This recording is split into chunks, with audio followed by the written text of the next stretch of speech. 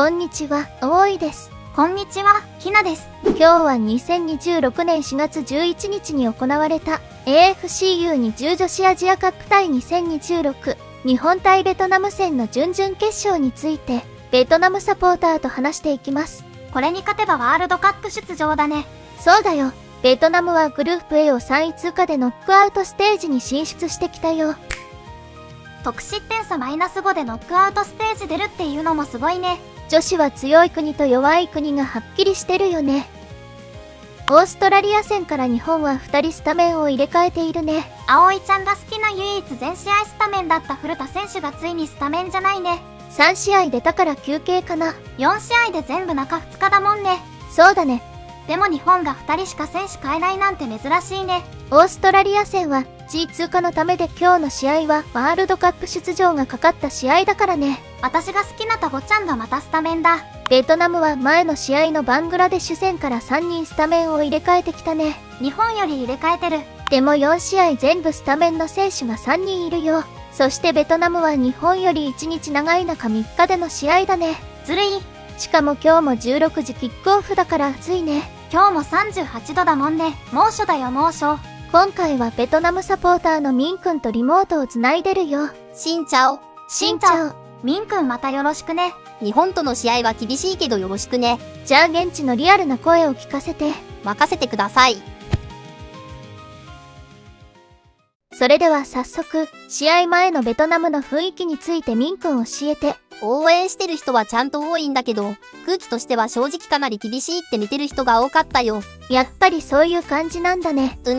かなり現実的だった。0、5とか0、7とか0、8とか9点入るんじゃないかっていう大差予想もあったし、ゴールキーパーが大変そうっていう声もあった。そこまで言われてたんだ。そうなんだよ。だからただ応援してるだけじゃなくて、日本はかなり強いって思ってる人が多いんだよ。なるほどね。でもその中でも応援の声はあったんでしょう？あったあった。そこはすごくあって、落ち着いて戦ってほしい。自信を持ってほしいとか、全力で頑張ってほしいっていう声はちゃんとあったよ。勝ってほしい。いい結果を出してほしいっていう前向きなコメントもあった。いいねそれは。厳しいって思ってても、ちゃんと応援するのは大切だよね。まさにそんな感じ。ただ楽観的っていうよりは、厳しいのは分かってるけど、それでも応援するっていう空気だったね。その感じはすごくリアルだね。試合のことだけじゃなくて、もっとちゃんと育成しないと結果は出ないよねっていう声もあったことかな。育成ってどんなこと話してるの？ちゃんと投資して、若い選手をきちんと育てないと難しいっていう意見だね。毎回言ってるねそのこと。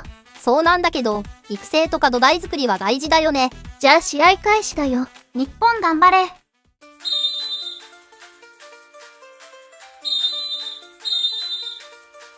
前半終了して3対0だね。後半アディショナルタイムに2点入れちゃった。ベトナムはちょっと集中切れちゃったのかもね。しかもタボちゃんがまた点決めた。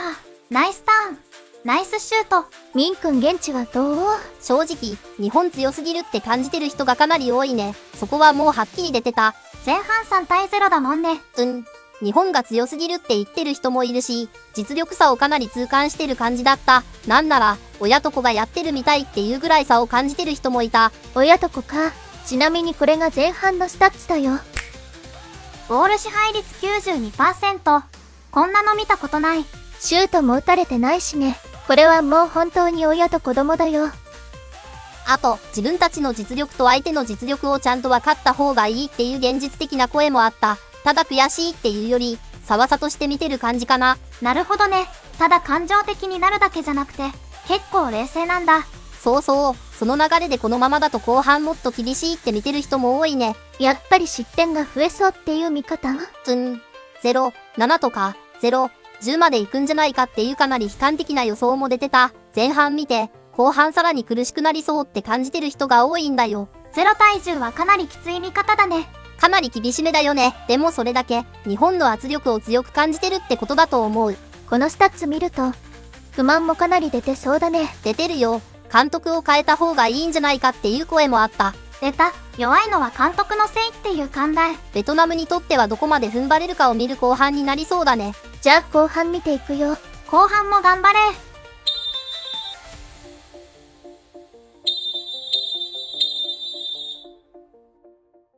試合は4対0でヤングなでしこの勝利だね。日本のワールドカップ出場決定だ。今日もタゴちゃんが輝いてたよ。ベトナムサポーターの試合後はどんな雰囲気になってるの？まず一番多かったのは、やっぱり日本が強すぎたっていう受け止め方だね。そこはかなりはっきりしてたよ。やっぱりそれは言われるんだね。アジアの上の方の相手にはまだ厳しいよねっていうかなり現実的な見方も出てた。日本は男女ともに強いし、女子サッカーは世界レベル。アジアでもトップクラスだ。日本はかなり早い段階から発展してきたっていう見方もあって、強さに納得してる感じだった。4対0って結果も含めて力の差を感じた人が多かったんだね。そうだね。しかも結果だけじゃなくて、内容を見て落ち込んでる人もいた。悲しいっていう声もあったし、シュートを打てなかったことをかなり重く見てる人もいたよ。負けるのは分かってたけど、日本相手に4対0ならまだ受け入れられるっていう人もいたし、去年10対0で負けて今年は4対0だから前よりはマシって前向きに見てる人もいた。確かにシュート打たれてないかも。でも VR があったら2回ぐらい PK っぽいシーンあったよ。試合のスタッツがこれだよ。でもこれってノックアウトステージで負けたら終わりなんだから、もし私がベトナムサポーターだったらもっと攻めてほしいって思うけどな。僕もそれは思った。負けてるのに守ってばかりで勝つ気がなかった。確かにインドは日本に大敗したけど、守ってばかりじゃなかったからサポーターの声は前向きだったね。でも僕たちは、しんどいけど応援することしかできない。それに、日本はまだ 100% じゃなかったのに、それでも負けたから、もっと学ばないといけない。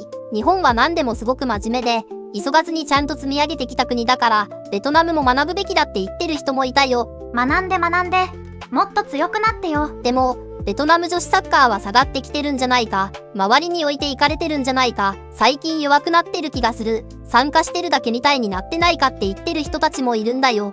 日本の井尻監督が2024年12月までこの年代のベトナム代表の監督をやってたんだよね。実況の人がそんなこと言ってた気がする。じゃあ井尻監督が辞めちゃったから弱くなったってベトナムサポーターは思ってるんだ。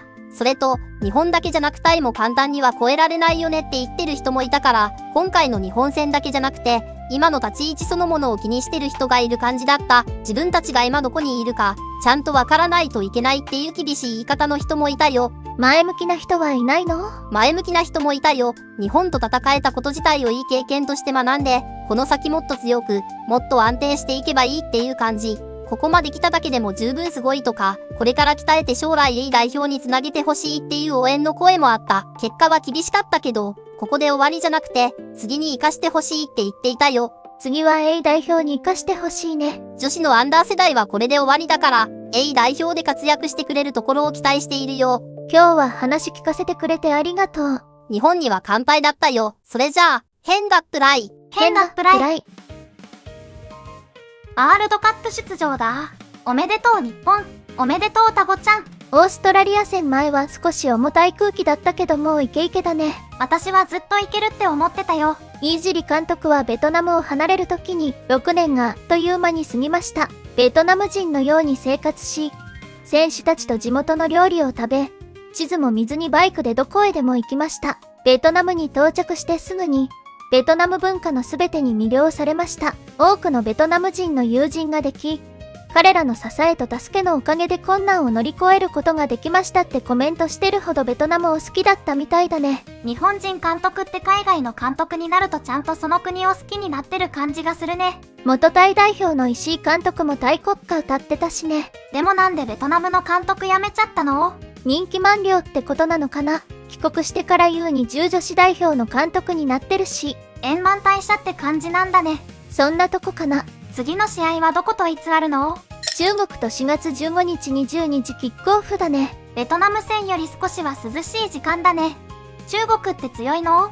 この年代は2024年5月13日の AFCU17 女子アジアカップインドネシア2024で中国と試合をしていて4対0で日本が勝ってるよ。2年前だ。その時出てた選手で今回呼ばれてる選手っているの？その時のアジアカップに呼ばれてた選手は8人いるね。結構いる。みんな試合出てたのかな？中国戦に出てた選手は5人だね。なんだか勝てそうな気がしてきた。準決勝も勝って決勝進出だ。ご視聴ありがとうございました。ありがとうございました。